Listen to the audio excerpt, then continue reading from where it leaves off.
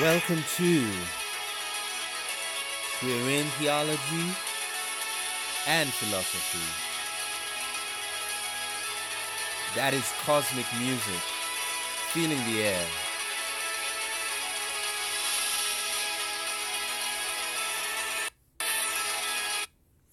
Cosmic music. It's so nice to hear music that is similar to that of the sounds in space.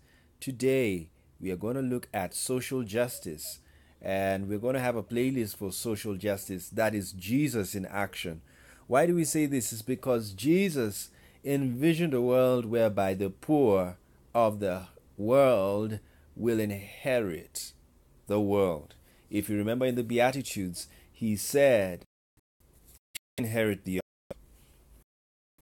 Actually, the Beatitudes are one is the best sermon, one of the best sermons by Jesus Christ, and he kept on talking about very many blesseds, peacemakers, and all of these things, and those who blessed are those who are persecuted, for they were persecuted just like the prophets of old, and they will get a reward.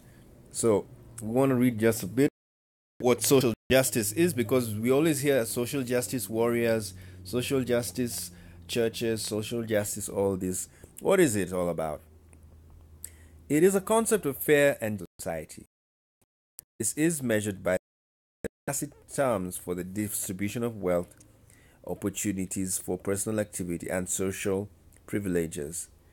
In Western as well as older Asian cultures, the concept of social justice has often referred to the process of ensuring that individuals fulfill their societal roles and receive what was due. What's due? What was their due from society? In current global grassroots movements for social justice, the emphasis has been on the breaking of barriers for social mobility, the creation of safety nets, and economic justice. And the relevant institutions often include taxation, social insurance, public health, public school, public services, labor law, and regulation of markets to ensure fair distribution of wealth and equal opportunity. I believe just warrior. We've just seen a very important thing here. Let's see where it came from. It can be traced through the theology of Augustine, of Thomas Paine. Yay! You see, as a theological and a philosophical, social justice became used explicitly from the 1840s. A Jesuit priest named Luigi Parelli is typically credited with coining the term, and it spread during the revolutions of 1848 with the work of Antonio Rosmini Serbati. Now, this is a very important time in history in Europe. There were very many revolutions in 1848. Why? Because there was the Industrial Revolution, and very many factories were being set up in Europe.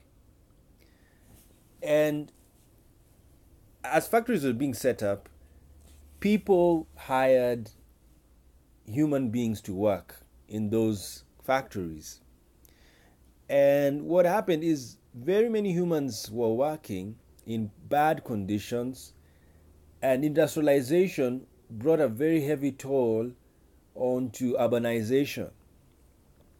People were not living well, and then classism became very apparent because the owners of these factories were making big money, monopolies were being created, and so what you'd have was you had an elite, very rich elite, and very poor working class.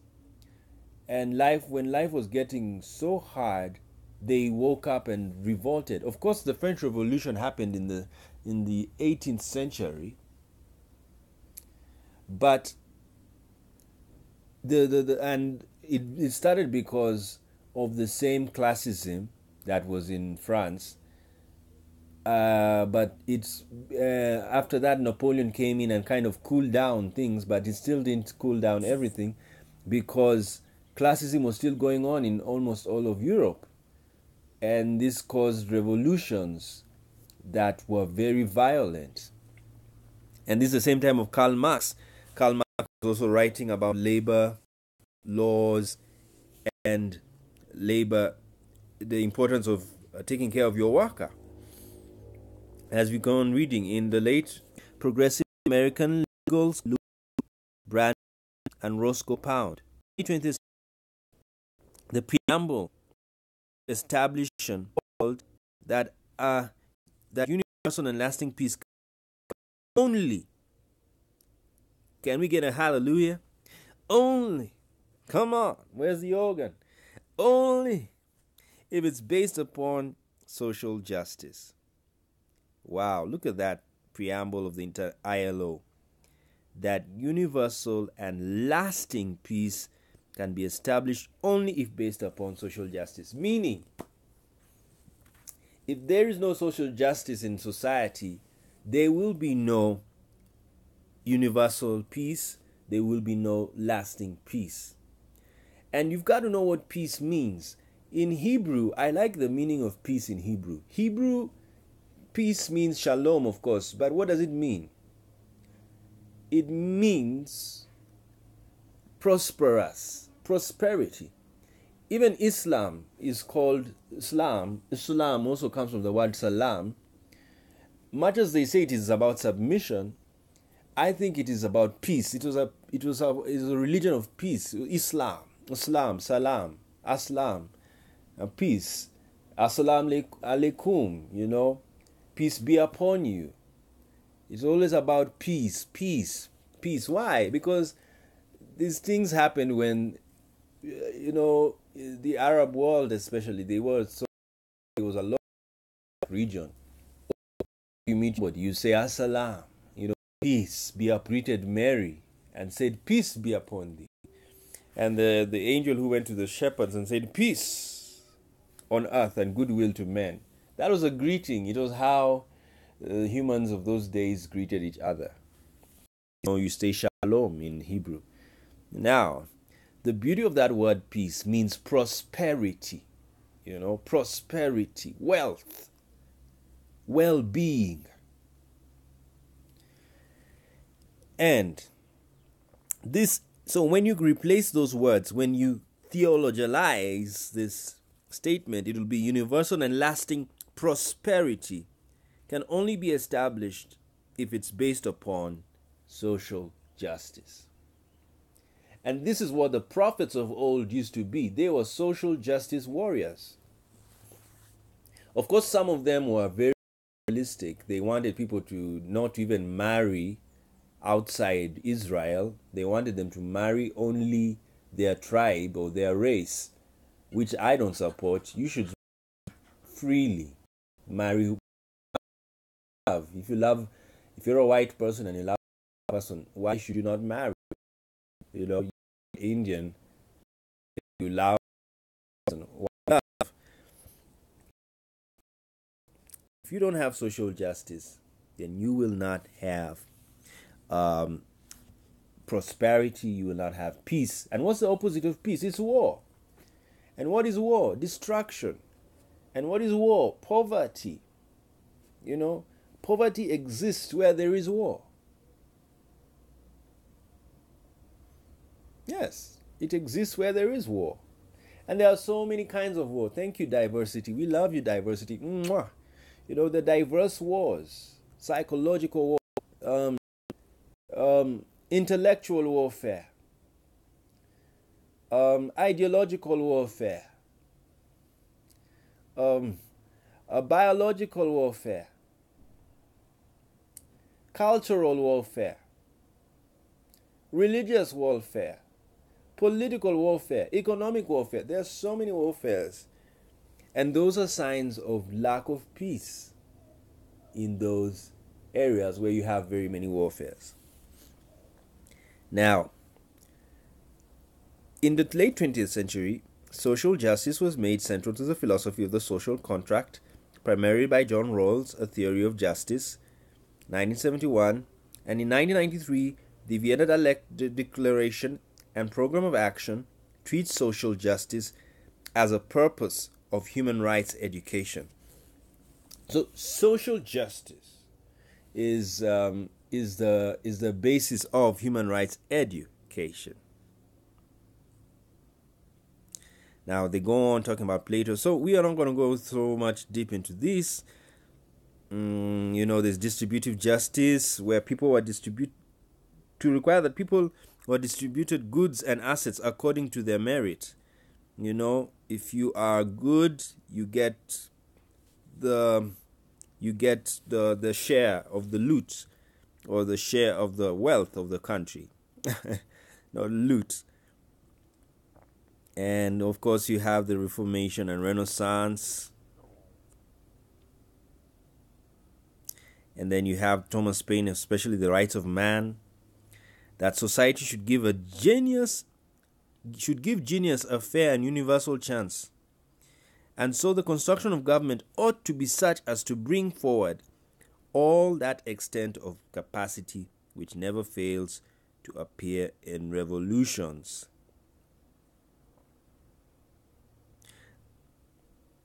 So he's saying that fairness should be the goal of government. A government should seek to make sure everything is working for everybody. I am a believer, I'm a social justice warrior that believes that even housing should be free. Yes. I would construction companies that basic houses for everyone, so that even if people have more than one house, it is that every citizen has his house. Yes, it's possible. All you do, you just build apartments. Can you imagine if you have an apartments of 100 floors? It's very possible. And people will live in them. And everybody can have them. And then they can, if they have more money, they can decide to go and buy another house of their own liking, or build another house of their own liking. But the fact is, the government will give everybody a house or an apartment of his own. And that person can decide he can live with somebody or can live alone. The point is, the government will look down and say, you will live in this house, no need to pay any money. Only thing you can pay is the utilities like water and electricity that will be always provided. Of course, maybe you can have a government company that's providing those water and electricities. But the house is your house. You're not paying rent for it, because housing should be free. Remember the basic needs of man: food, clothing, and shelter. I would make shelter free first, so that, and then I would give money to every basic income, every so they can, whether or not, it's not you're working or not. The issue is the government is giving you a livelihood. It's giving you an income so that you can engage in the economy. And I'll get my money back by taxing you. And I won't tax you very badly. I'll just tax you a fair rate, because I know you're already paying taxes. If you have a job, you're not paying. You're paying through the goods buying. So I have a dream of, that's my type of government. My type of government is a social justice government, whereby everybody lives well. There is nobody on the street. Can you imagine a system whereby there is a house for everybody, an apartment, a space for everybody? Can you imagine? There will be no one to cry homelessness. Because even if you want to be homeless, you'll be homeless in the apartment. And besides, Jesus was a social justice warrior. Do you know what he said? I'm going to build you mansions. I'm going to build you mansions. He didn't say I'm going to give you land. He said everybody's going to have his mansion. So I also employ that model of Jesus, but I use it here on earth. And I say, give everybody a house. As long as you're a resident of the country and you are actively participating, active citizen, then you will get a house free. Whether you have 10 houses or 2, it's not the issue. Government must give you a free house. So I had to speak that out, to understand where I'm going. So this is social justice. And yeah, most Jesuits tend to be like that, because even liberation theology came from the Jesuit fatherhood that was in South America, and they realized the poor were really suffering when capitalism began to accelerate in power in South America. So liberation theology came up to help address the poverty that was amongst the commoners. But I'm most a fan of liberation theology because it's good to liberate the poor from poverty. Because the poor are poor not because they want to be. That's what Karl Marx was talking about. You can be working, but just because you're working hard doesn't mean you're going to be rich. That's what Karl Marx was not happy about, what was happening in capitalism. And of course, the response to Karl Marx has been what he's seeing in Europe. You have the wage payment, wage labor, the timed labor, whereby every hour you're earning something. And then, of course, minimum wage policies have also come up, which is very good. It helps. Look at California. They've tried with minimum wage, $15, and they are still the top economy in the world. A state, not America, a state is number 5. And the minimum wage is $15 per hour. Minimum, not just maximum, minimum. The least someone is paid. Very good economics happening in California. And that is social justice in action. That's Jesus in action. Because Jesus he never liked seeing poverty. He knew what poverty was. And he always stood up for the poor. Even though he told of Judas, Judas was thinking of the poor. Of course. Why was Judas thinking about the poor? They were always with them. When the lady poured oil on Jesus, they said, "My God, she's wasting. Why not just..." And Jesus said, "Excuse me, you'll always think about the poor, but not about me." And he wanted people to think about him at that time. Now, so this is generally social justice and the things of equal opportunities, affirmative actions, human dignity, economic, social, and cultural rights, and all of these things that need to be addressed. Now, this is religious perspectives on social justice. And in Hinduism, they are talking about the jati hierarchy going through changes, including social justice. There's a lot of inequalities in the Indian system. Because while legally outlawed, the caste system remains strong in practice. There's a caste system in India. And it has been outlawed legally, but because it is a cultural law, you can criminalize a cultural practice.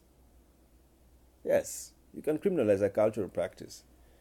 But it is very hard to enforce it because it's cultural. It has been...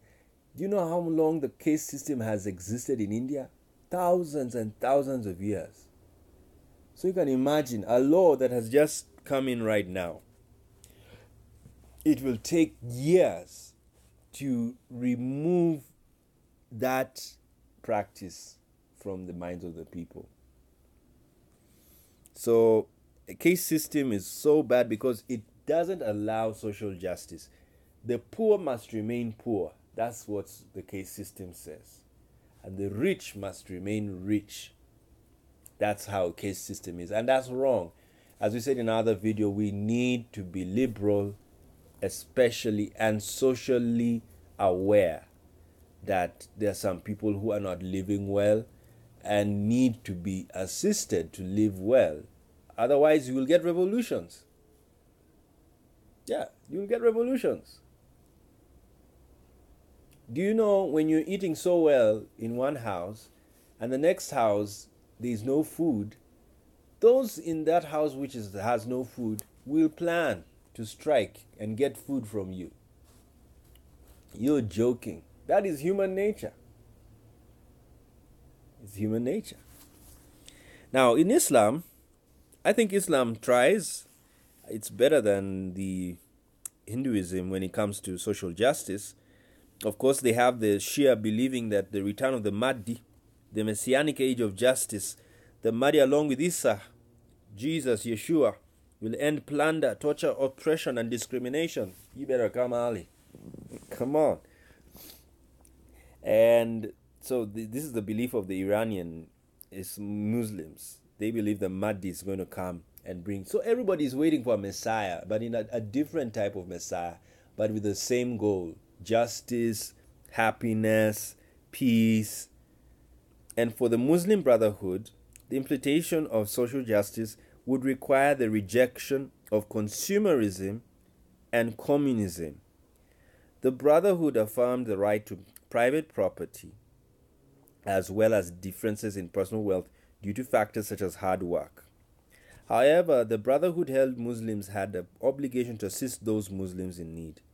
It held that zakat was not voluntary charity, but rather the poor had the right to assistance from the more fortunate. Most Islamic governments zakat through taxes. Actually, when you go to Arabia, you really want a poor person. Yes. They have a social welfare system based on the zakat system. I remember I had a friend of mine, he was crying to me, and he told me, oh, I can't even eat. And it was during Ramadan. And I told him, I think you should just go to the mosque. And he was a Christian. Because at first I told him, okay, go and see your pastors and tell them you're going through, maybe they can feed you. And he was like, no, I don't.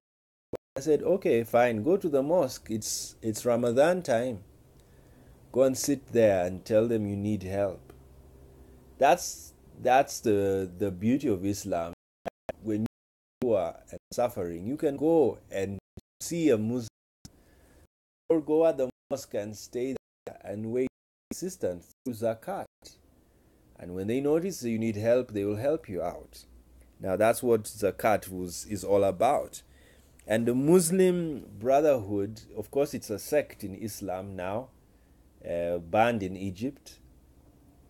But of course, because they were political. And but what you need to know is that Islam has ummah. That is what you call ummah. And it is a brotherhood, and whereby people live together and help each other. But I like what they've said, that they don't deny to own property. You can own property, and then also you can be rich, your hard, but more than the poor need to be assisted.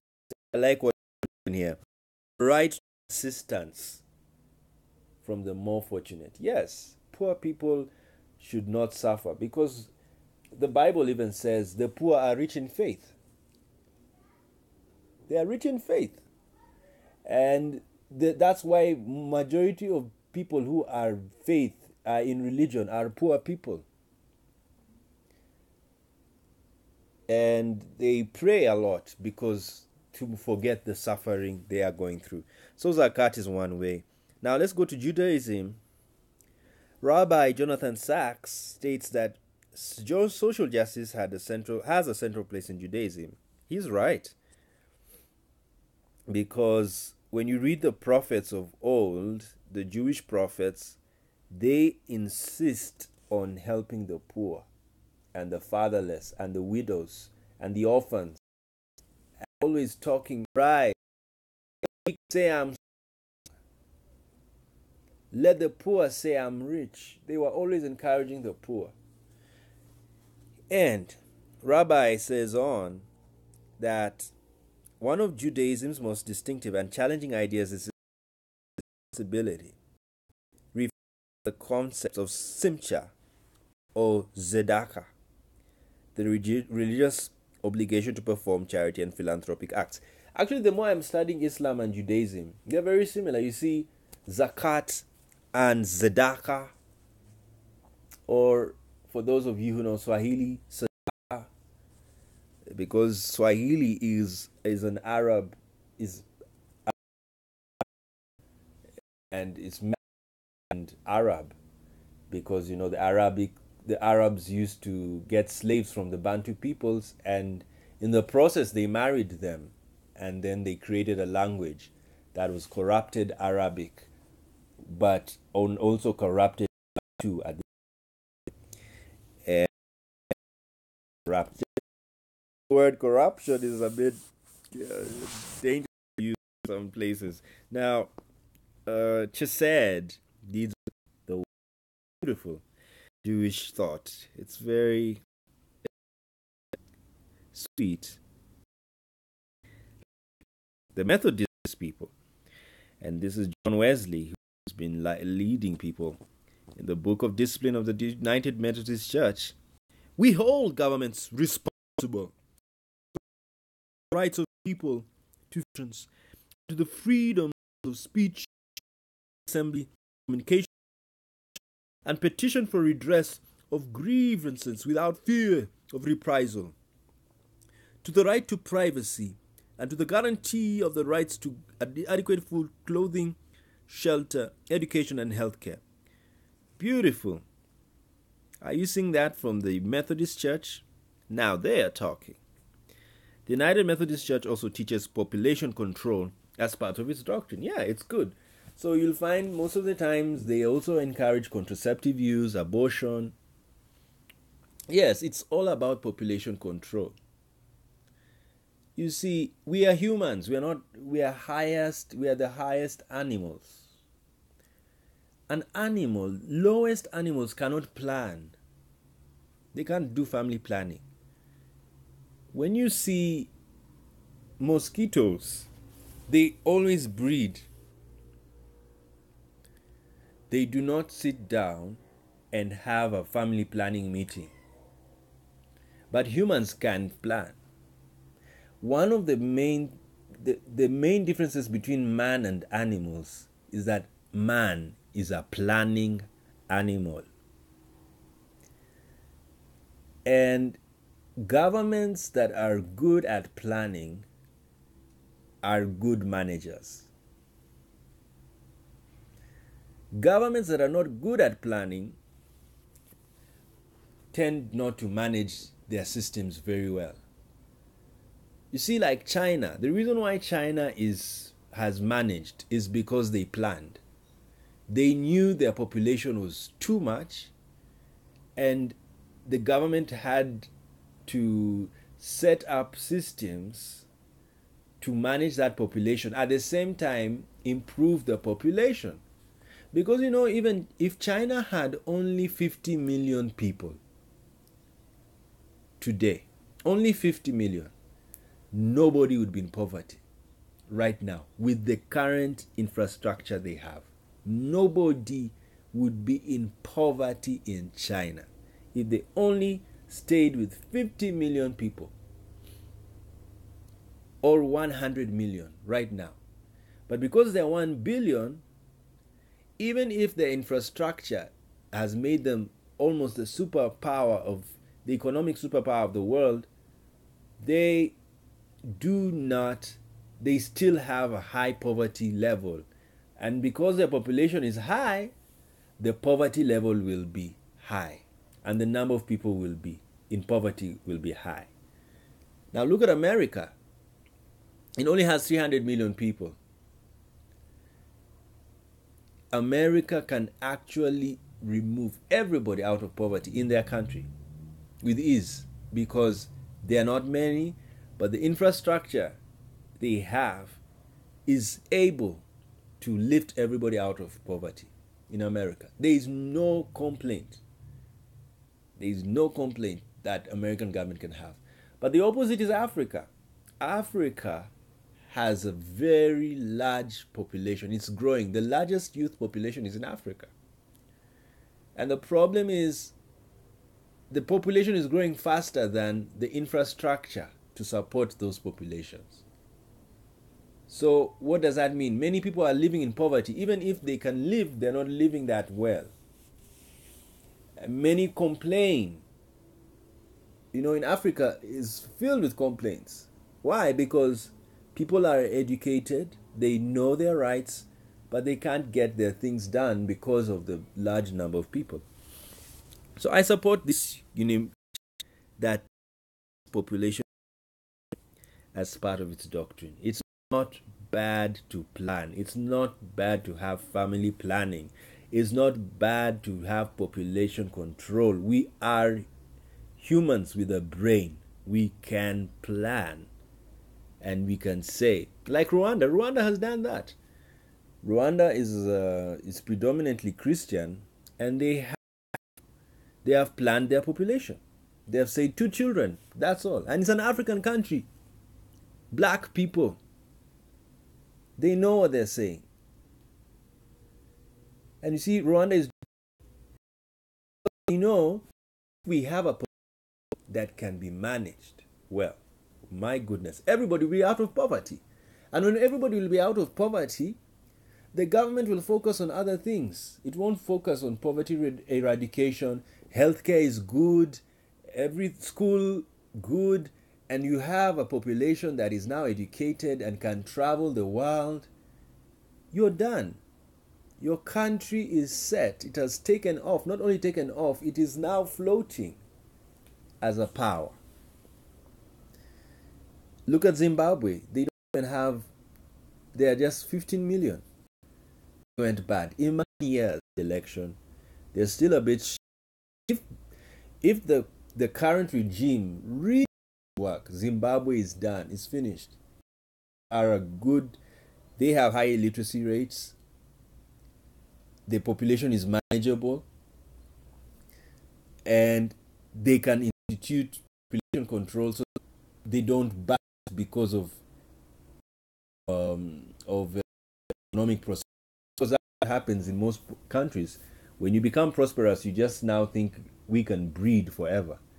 And that's not how it is. So I'll talk about that forever. Let's go to the Catholic Church. Now for the Catholics, they believe that they believe in life and dignity of the human person.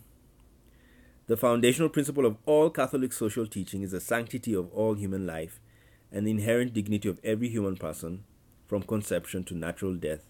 Human life must be valued above all material possessions. So that's why Catholics tend to like social justice and preferential option for the poor and vulnerable. Yet, believe thoughts that judgment. People will be asked, they won't be asked, what did you do in your bedroom? Whom did you sleep with? Did you sleep with a man or a woman? No. At the day of judgment, they'll ask you, did you help the poor and the needy? That will be the question. That's the case. When you have a case, when it's judgment, no one takes you to court for wearing yellow boxers or pink panties. Then you're being taken to court because you're wearing colors that are not good. No, you go to court when there's an issue to be solved. So there's an issue. According to the Catholic teaching, Judgment Day, the issue will be whether you assisted the poor. It won't be whether you whether you said a lie, whether you stole. No, it will be whether you helped the poor. And that is the basis for them. Social justice is based on that.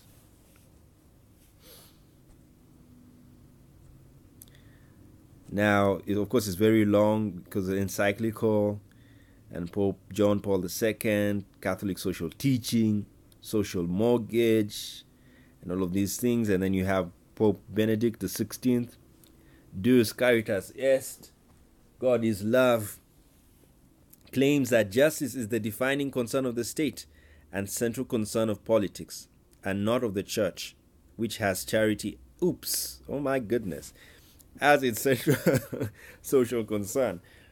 So for Pope Benedict, his view is that justice is not the job of the church.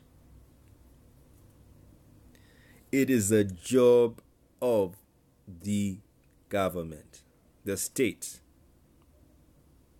and is a central concern of the politics. So politicians are actually the guys who are to enable justice.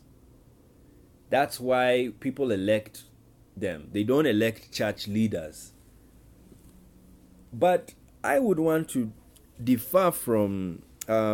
digress from Pope Benedict the 16th by saying, to some extent, this is why churches are now considered non-governmental organizations. They are able to do work to help the government where the government cannot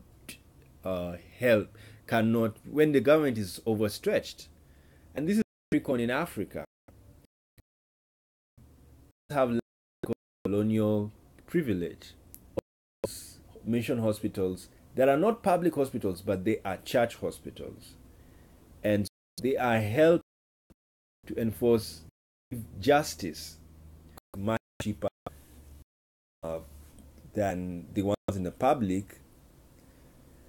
And so there's a war coming. Not a war. When you have universal health care, how will you go to a mission hospital when the public hospital is there? And how will the mission hospital survive if people are able to get access health care from a public facility? So these are the things that happens. That's why we are a supporter of the public-private partnership, the PPP, whereby the government and non-governmental organizations can sit together and plan to give justice and to give facilities and utilities to the people together, so that there is an understanding. Because there are also private hospitals that want to go on making their money. And well, we don't want to talk about that now, but that's the reality. The reality is private enterprises are there for people who can afford them. But public enterprises are there for people who can't afford them. That's why there's a need for a public hospital that is cheap to cater for the poor and those who can't. And then a private hospital is good for those who value high quality. They're willing to pay for high quality. That's what I can say. And not that there's low quality. There should be low quality at the public place, but that all spaces are accessible to everybody. Wow, that's the Catholic Church, and they really talk about social justice, as I told you, even about liberation theology. And then the Chinese also have an expression of social justice, and through it, the disposition of unfair rulers is justified in that civic dissatisfaction and economic perceived as heaven withdrawing its from the emperor. But because China is not a democracy, right? China has gone back to empire. Now wants to rule for like king on the king. And that's a very weird view of social justice. So, let's justified, in that civic satisfaction and economic success is perceived as heaven enforcing its favor on the emperor. I like doing that. When I read the Bible and the Quran, sometimes I read, if it's a negative statement, I positivize it to get an interpretation.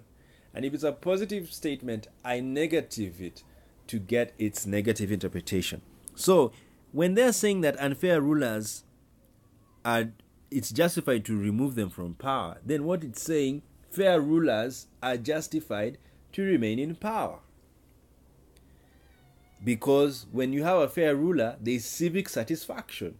You see why America always has polls every month to see how popular the president is to know whether there's going to be an insurrection or there's going to be a rebellion. That's why they always have polls to check on the popularity of the president. And that's what should be happening, to study the civic mood and to see if people are happy. And then, economic disasters. You see, if you are having very many economic disasters, that's a sign that you have really failed to manage the situation. And so people need to, as a ruler, you need to watch at how you manage the economy. Remember Bill Clinton? It's like, economy is stupid. That's what he said. And indeed, it's the economy. If you do well with the economy, look at Bill Clinton. He did so well economically. They called him the first black president of America because for the first time, black people felt they got their entitlements. They became they became economically empowered. Not all of them, but a sizable number. I remember this was the time churches very rich, Creflo Jakes, this guy who then Kojic with E. Blake, and all of E. McClendon. All of those after that was getting good. Now you could see blacks were living the churches of old, the AME churches and the other small Baptist churches that were so family based, and now there were urban churches coming up, and there were mega churches and Creflo Dollar. That church, and you see folk that are very rich, and you say, wow, you can look at them, just look at how they're dressed, and you can measure there was really, and that made him, he got praise from the black people, the first black president, even though he wasn't, and into the scene, and Obama came into the scene and became the president. So the power of oppositing text, reverse whereby you replace, when you say disperse, you say reposition of fair rulers. That's how you do it. Now let's look at criticism. Many that there exists an objective standard of social justice. Moral relativists deny that there's any kind of objective standard for justice in general. Of course, sometimes relativists are very right people. What is justice? For some people, if you support the poor, the rich complain. And if you support the rich, the poor complain. So you have to get a system that supports everybody. I am of the system that I'm for the progressive social justice systems. By this I mean a system whereby the rich get richer, but the poor get rich. So that there is no system whereby, there are some taxation systems whereby you punish the rich for being rich, and then you're kind to the poor. Now, the rich feel bad because they feel like you are punishing me for being so hardworking, so let me leave the place. And such taxation chases away rich people. And then when you have services taking care of the poor, the taxation system whereby is kind, taxation also for the poor is not harsh. In how businesses to go on very well, you will have revenue and you'll have a win-win situation for the rich and the poor, whereby the rich become richer and the poor become rich, but not a system whereby the rich become richer and the poor become poorer. That's the system that is there. Now, social justice.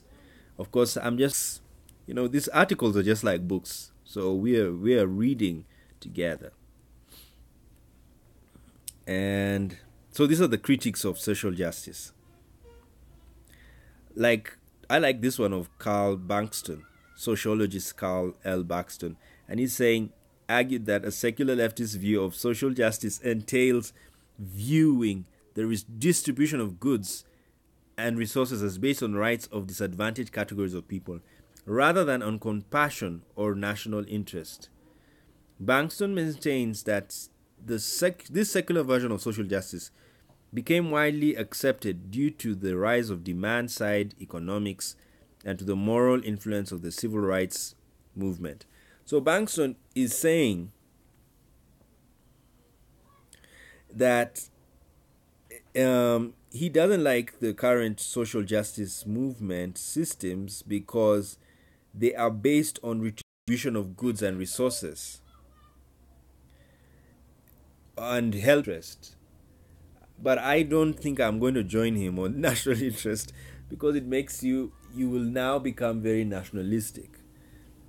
I still the leftist view of social justice because of one thing. What is social justice?